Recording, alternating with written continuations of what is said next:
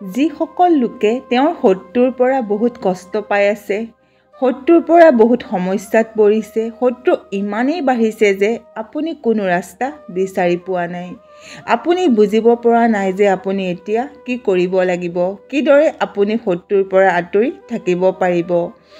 আজিৰ এই ভিডিঅ'টোত যিটো উপায় আমি আপোনাৰ বাবে লৈ আহিছোঁ, এই উপায়টোৰ বিষয়ে ভালদৰে শুনক।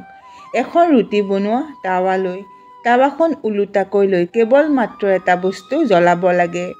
তেন্তে জানিব যে শত্ৰু লাগিলে যিমানেই শক্তিশালী নহওক কিয়, কিন্তু আপোনাৰ গাৰ নোমেডালো লৰাব নোৱাৰে, আপোনাৰ একোৱেই অনিষ্ট কৰিব নোৱাৰে যদি আপুনি এই উপায়টো কৰে। বহুবাৰ বহুত এনেকুৱা হয় যে সফলতা দেখি মানুহে জ্বলিবলৈ ধৰে। কোনো এজন ব্যক্তিয়ে তেওঁৰ জীৱনত সফলতা অৰ্জন কৰে, ধন টকা পইচা উপাৰ্জন কৰি আছে, তেওঁৰ ওপৰত তৎক্ষণাত জ্বলিবলৈ আৰম্ভ কৰি দিয়ে। ইয়াৰ অৰ্থ হ'ল কিছুমান লোকে অন্য লোকৰ সফলতা হজম কৰিব নোৱাৰে, মানে সহ্য কৰিব নোৱাৰে। তেওঁ ভাল নাপায়। তেওঁ ভাবে যে এজন মানুহে ইমান ধন টকা পইচা কিয় ইনকম কৰি আছে, তেওঁ ইমান ওপৰলৈ কিয় গৈ আছে, তেওঁৰ ঘৰখন ইমান ধুনীয়াকৈ কিয় চলি আছে, হয়নে? ক'বলৈ গ'লে আজিৰ সময়ত যিসকল মানুহ সুখী হয়, সফলতা প্ৰাপ্তি কৰে, তেওঁলোকৰ শত্ৰুৰ সংখ্যাও বাঢ়ি যায়। এইটো একেবাৰেই সত্য হয়, কিয়নো আপোনাৰ দুখত দুখী হোৱা লোক বহুতেই কম আছে, কিন্তু আপোনাৰ সুখত দুখী হোৱা লোক বহু বেছিকৈ আছে। গতিকে চাওক, আজিৰ সময় হৈছে কলিযুগৰ সময়। আজিৰ সময়ত মানুহৰ সফলতা দেখি, তেওঁৰ উন্নতি দেখি তেওঁৰ শত্ৰু বঢ়াটো বহুত সৰু কথা হৈ পৰিছে। যিমানেই বেছি সফলতা আপুনি পাব, যিমানেই বেছি ধন টকা পইচা আপুনি উপাৰ্জন কৰিব, সিমানেই বেছি আপোনাৰ শত্ৰু বাঢ়িব। কিয়নো বহু লোকে আপোনাৰ বেপাৰত জ্বলে, আপোনাৰ কামত জ্বলে, আপোনাৰ চাকৰিত জ্বলে, নহ'লে এইটো চাই জ্বলে যে আপোনাৰ ঘৰখন খুব ধুনীয়াকৈ চলি আছে, সম্পূৰ্ণ ঘৰখন সুখী পৰিয়ালেৰে ভৰপূৰ হৈ আছে আৰু ঘৰখনত সকলোৱে মিলা প্ৰীতিকৈ থাকে, আৰু সেইবোৰ দেখি সেই সকল লোকে জ্বলে। তেওঁলোকে ভাবে যে এই পৰিয়ালটো সুখী কিদৰে হৈ আছে। তেওঁলোকে ভাবে আমাৰ ঘৰততো বহুত কাজিয়া পেচাল হয়, আমাৰ ঘৰত ধন টকা পইচাৰো অভাৱ, তেন্তে সিহঁতৰ ঘৰলৈ ধন টকা পইচা ক'ৰ পৰা আহিছে। গতিকে আজিৰ সময় কলিযুগৰ সময় হয়। শত্ৰুৰ যি সংখ্যা, সেইবোৰেও আজিৰ সময়ত বেছিকৈ বাঢ়ে।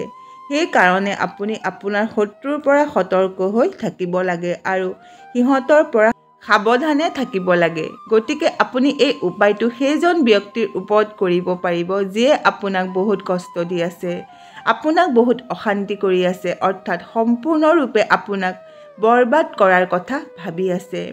বহুত কিবা কৰি তেওঁ চালে আৰু এতিয়াও কৰি আছে, আৰু আপোনাৰ এনেকুৱা অনুভৱ হৈছে যে এতিয়া এই ব্যক্তিজনে মোক আৰু এৰি নিদিয়ে, মোক সম্পূৰ্ণৰূপে বৰবাদ কৰি দিব। সেই ব্যক্তিজনৰ ওপৰত আপুনি এই উপায়টো প্ৰয়োগ কৰিব লাগিব। চাওক, কোনো নিৰ্দোষী ব্যক্তিৰ ওপৰত আপুনি এই প্ৰয়োগটো কৰিব নোৱাৰিব, কিয়নো কোনো নিৰ্দোষ ব্যক্তিৰ ওপৰত যদি এই উপায়টো প্ৰয়োগ কৰে, তেন্তে এই উপায়টোৱে কোনো কাম নকৰে আৰু ওলোটাকৈ আপোনাৰহে ইয়াৰ দ্বাৰা ক্ষতি হ'ব। ইয়াৰ ওপৰত আপুনি বিশেষকৈ ধ্যান ৰাখিব।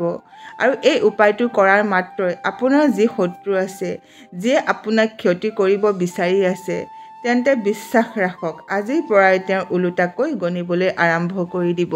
সেই ব্যক্তিজন অৰ্থাৎ আপোনাৰ শত্ৰুৰ আৰ্থিক দিশটো কমজোৰি হৈ পৰিব আৰু তেওঁ আপোনাৰ ওপৰত যিমান বেয়া কৰ্ম কৰি থৈছিল, সেই সকলোবোৰ তেওঁৰ ওচৰলৈ উভতি যাব যেতিয়া আপুনি এই উপায়টো কৰিব। গতিকে চাওক, আনৰ বেয়া চিন্তা কৰাজনৰ প্ৰথমে নিজৰে বেয়া হয়, সেইটো আপুনি সদায়ে শুনি আহিছে। সেইকাৰণে কেতিয়াও কোনো মৰম লগা ব্যক্তিৰ, যিজন বহুত ভাল হয় আৰু যিজনে একোৱেই নাজানে, তেওঁৰ লগত কেতিয়াও বেয়া কৰিব নালাগে। কিন্তু আজিৰ সময় হৈছে কলিযুগৰ সময়। প্ৰতিজন মানুহৰ চিন্তাধাৰা একে নহয়। কিছুমান এনেকুৱা লোক আছে যিয়ে নিজৰ ভাল কৰিবলৈ সন্মুখত থকাজনৰ ইমানেই বেয়া কৰে যে আপুনি ভাবিব নোৱাৰিব। চাওক, বহুত ধৰণৰ চিন্তাধাৰা থাকে যিকোনো মানুহৰ, আৰু বহু ধৰণৰ মানুহো থাকে। গতিকে আপুনি সদায় সাৱধানে থকাটো বহুত প্ৰয়োজন হয়। চাওক, ভিডিঅ'টোৰ মাজলৈ আগুৱাই যোৱাৰ আগতে আপোনালোকৰ ওচৰত এটা সৰু অনুৰোধ। যদি আপুনি আমাৰ এই চেনেলটোলৈ নতুনকৈ আহিছে, তেন্তে আমাৰ এই ভিডিঅ'টো লাইক কৰি আন 10জনে উপকৃত হ'ব পৰাকৈ ভিডিঅ'টো শ্বেয়াৰ কৰি দিয়ক। লগতে কমেণ্ট বক্সত জয় শ্ৰীৰাম বা জয় হনুমান বুলি লিখি দিবলৈ পাহৰি নাযাব, যাতে তেওঁলোকৰ আশীৰ্বাদ আপোনালোকৰ ওপৰত সদায় পৰি থাকে আৰু কোনেও আপোনাৰ একো অনিষ্ট কৰিব নোৱাৰে। প্ৰিয় বন্ধু বান্ধৱীসকল, চাওক, বহুতবোৰ শত্ৰু এনেকুৱাও আছে যে যিয়ে তন্ত্ৰ মন্ত্ৰৰ সহায় লৈ সন্মুখত থকা ব্যক্তিজনক সম্পূৰ্ণৰূপে বৰবাদ কৰি দিয়ে।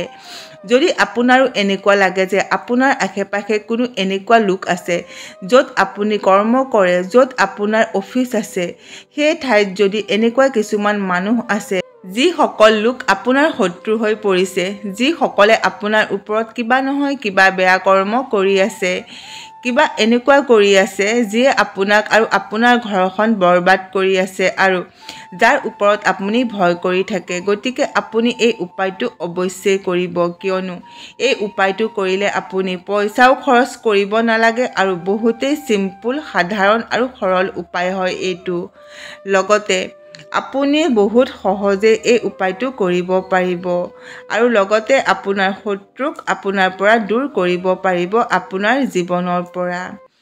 তেন্তে এই উপায়টোৰ সকলোতকৈ ডাঙৰ লাভ হ'ল কোনো ধৰণৰ কুকৰ্ম, তন্ত্ৰ মন্ত্ৰ সকলোবোৰ নষ্ট হৈ পৰে আৰু আপোনাৰ যি শত্ৰু আছে সম্পূৰ্ণৰূপে পৰাস্ত হৈ পৰিব।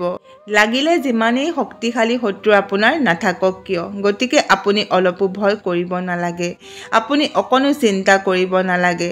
আপোনাৰ শত্ৰুৱে এজন ব্যক্তিক ইমানেই কষ্ট দি থাকে যে ব্যক্তিয়ে বহু কথা ভাবিবলৈ বাধ্য হয় যে কেনেকৈ ইয়াৰ পৰা তেওঁ বাচিব পাৰিব আৰু তেওঁ কি কৰিব। ৰাতিৰ টোপনি নাইকিয়া হৈ পৰে যিসকল লোকৰ শত্ৰু বাঢ়ি যায়। তেওঁ ভাবিবলৈ ধৰে যে সন্মুখৰ কোনো শত্ৰু নে কোনো গুপ্ত শত্ৰু হয়। সেই সকলোবোৰ শত্ৰু আপোনাৰ জীৱনৰ পৰা দূৰ হৈ পৰিব। ভগৱানৰ ওপৰত আপুনি সম্পূৰ্ণ বিশ্বাস ৰাখিব লাগিব আৰু সম্পূৰ্ণ শ্ৰদ্ধা আৰু ভক্তিৰে আপুনি এই উপায়টো কৰিব লাগিব।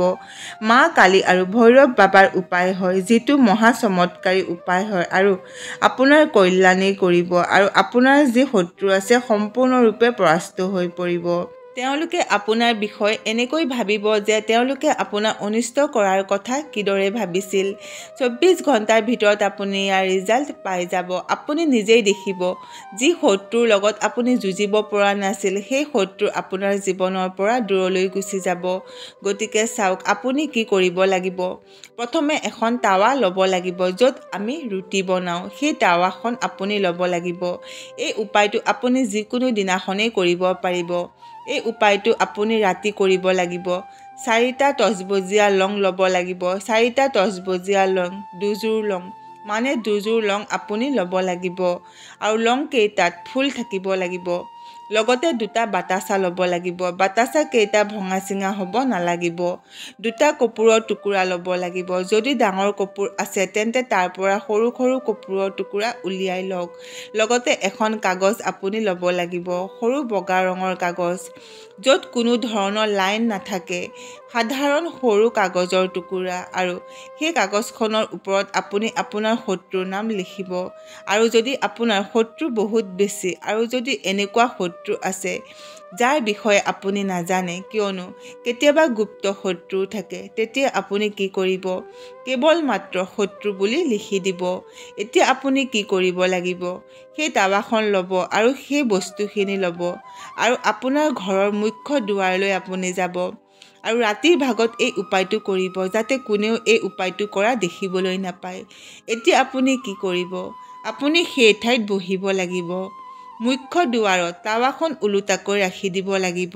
তাৰ পিছত সেই টাৱাখনৰ তলত আপুনি যি শত্ৰুৰ নাম লিখিছিল, য'ত আপুনি কাৰোবাৰ নাম লিখিছিল বা শত্ৰু বুলি লিখিছিল, সেই কাগজখন আপুনি ৰাখি দিব। আপুনি যি লং, বাতাচা আৰু কৰ্পূৰ ৰাখিছিল, সেইবোৰ আপুনি কেনেকৈ জ্বলাব লাগিব সেইটো আপুনি ভালকৈ জানি লওক। টাৱাখন ওলোটাকৈ ৰাখি দিয়ক আৰু তাৰ তলত সেই কাগজৰ টুকুৰাটো ৰাখি দিয়ক। এতিয়া আপুনি কি কৰিব, প্ৰথমে 2টা লং ৰাখি দিয়ক, এটা বাতাচা ৰাখি দিয়ক আৰু এটা কৰ্পূৰ ৰাখি দিয়ক আৰু জ্বলাই দিয়ক। জ্বলাব কেনেকৈ লাগিব? এতিয়া এটা মন্ত্ৰ উচ্চাৰণ কৰিব লাগিব। মা কালীৰ বহুত চমৎকাৰী মন্ত্ৰ হয়। ওম ক্ৰীম কালিকাই নমঃ। ওম ক্ৰীম কালিকাই নমঃ। কিমান বাৰ উচ্চাৰণ কৰিব লাগিব? 31 বাৰ উচ্চাৰণ কৰিব লাগিব আৰু আপুনি সেই লং কপোৰ আৰু বাতাচা জ্বলাই দিব লাগিব। আৰু ইয়াৰ পিছত আপুনি কি কৰিব লাগিব? 2টা লং বাকী থাকিল, এটা বাতাচা বাকী থাকিল আৰু এটা কপোৰ বাকী থাকিল। সেইকেইটাও আপুনি সেই টাৱাখনৰ ওপৰত ৰাখিব লাগিব আৰু যি কাগজৰ টুকুৰাটো আপুনি টাৱাখনৰ তলত ৰাখি থৈছিল সেইখনো তাৰ ওপৰত দি তাৰ পিছত আপুনি ভৈৰৱ বাবাৰ মন্ত্ৰ উচ্চাৰণ কৰিব লাগিব। মন্ত্ৰটো এনেধৰণৰ: ওম শ্ৰী ভৈৰৱাই নমঃ। ওম শ্ৰী ভৈৰৱাই নমঃ। এই মন্ত্ৰটো আপুনি 31 বাৰ উচ্চাৰণ কৰিব লাগিব।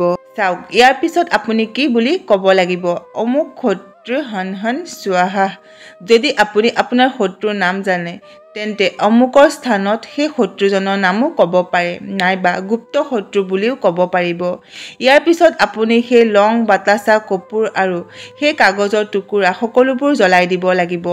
আৰু যেতিয়া সেইবোৰ ভালদৰে জ্বলি যাব তেতিয়া আপুনি হাত জোৰ কৰি মা কালীক প্ৰাৰ্থনা কৰিব, ভগৱান ভৈৰৱৰ ধ্যান কৰিব আৰু ক'ব, আপুনিতো জগতৰ কল্যাণ কৰে, ভগৱান ভৈৰৱ আপুনিতো সকলোৰে ৰক্ষা কৰে, মোৰ শত্ৰুৰ পৰাও মোক ৰক্ষা কৰিব, মোৰ শত্ৰুক মোৰ জীৱনৰ পৰা দূৰ কৰিব।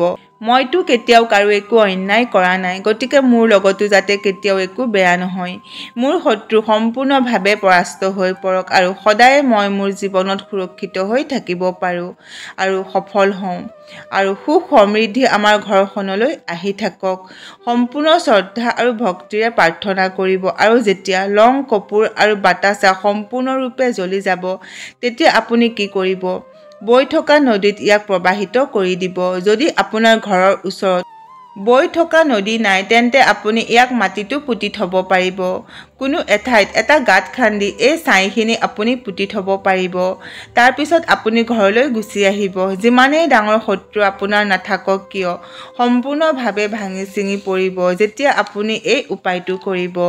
সম্পূৰ্ণ শ্ৰদ্ধাৰে মা কালীৰ ওপৰত বিশ্বাস কৰি ভগৱান ভৈৰৱৰ ওপৰত বিশ্বাস ৰাখিব যে এতিয়া আপোনাৰ শত্ৰুৱে আপোনাক একো অনিষ্ট কৰিব নোৱাৰে, আপোনাৰ একো অপকাৰ কৰিব নোৱাৰে। সম্পূৰ্ণ শ্ৰদ্ধা থকাটো অতি প্ৰয়োজন, তেতিয়াহে কোনো উপায়ে কাম কৰে। আশা কৰিলোঁ আজিৰ এই ভিডিঅ'টো আপোনালোকৰ ভাল লাগিল। যদি ভাল লাগিল আমাৰ এই চেনেলটো লাইক কৰক, শ্বেয়াৰ কৰক আৰু লগতে আমাৰ এই চেনেলটো ছাবস্ক্ৰাইব কৰি দিয়ক। আজিলৈ ইমানেই। শুনি থাকক জ্ঞানৰ গংগা।